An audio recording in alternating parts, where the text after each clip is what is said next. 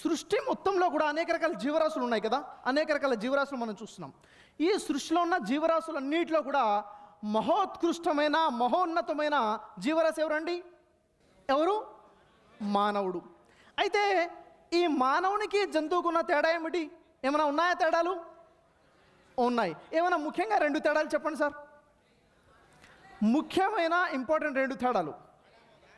ఆడముగా అంటే ఆడముగా జంతువులో లేదా మనుషుల్లో లేదా? జంతువులు మాట్లాడవు, మానవులు మాట్లాడతారు. ఎవరు చెప్పారు?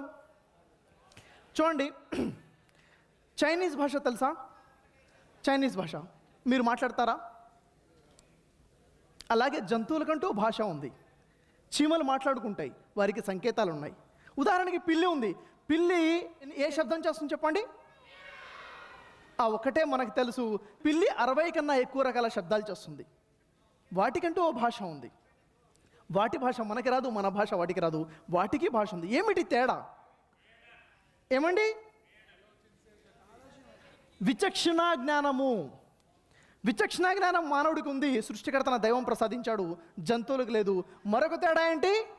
సృష్టికర్తన దైవం మనకి ఆత్మని ప్రసాదించాడు. జంతువులలో ఆత్మ లేదు, మానవులలో ఆత్మ ఉంది.